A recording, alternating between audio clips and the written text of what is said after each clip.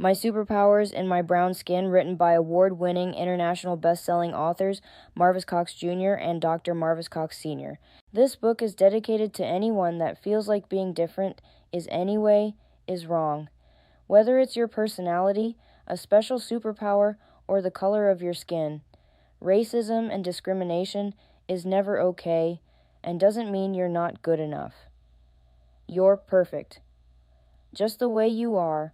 With love, the Cox family. Today was my first day of school.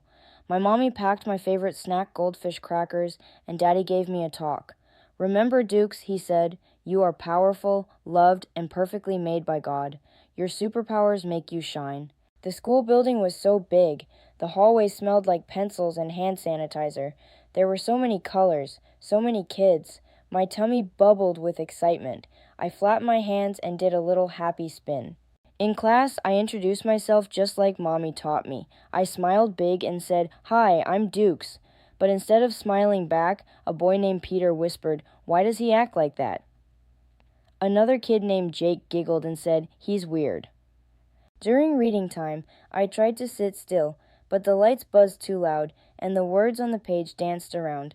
My body needed to move, but I didn't want the kids to stare again. At recess, I saw kids building a tall tower with blocks. I walked over and said, "Can I help?"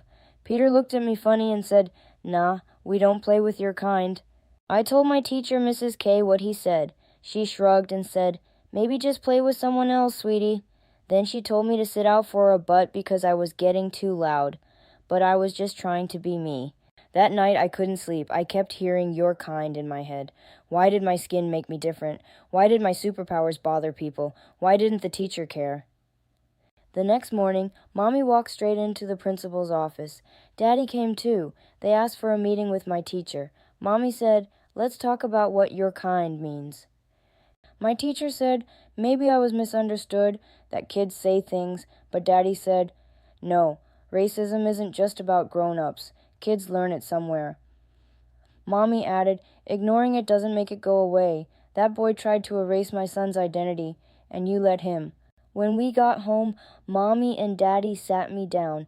Mommy said, "Dukes, this world is beautiful but broken. Some people are taught to hate what they don't understand. Your joy, your voice, your brown skin. But that doesn't mean you shrink, it means you stand." That day, my parents made a big decision. "We're going to homeschool you for now," Daddy said. "You'll still learn reading and math, but more importantly, you'll learn the truth." We learned about Martin Luther King Jr., who used peace to fight hate.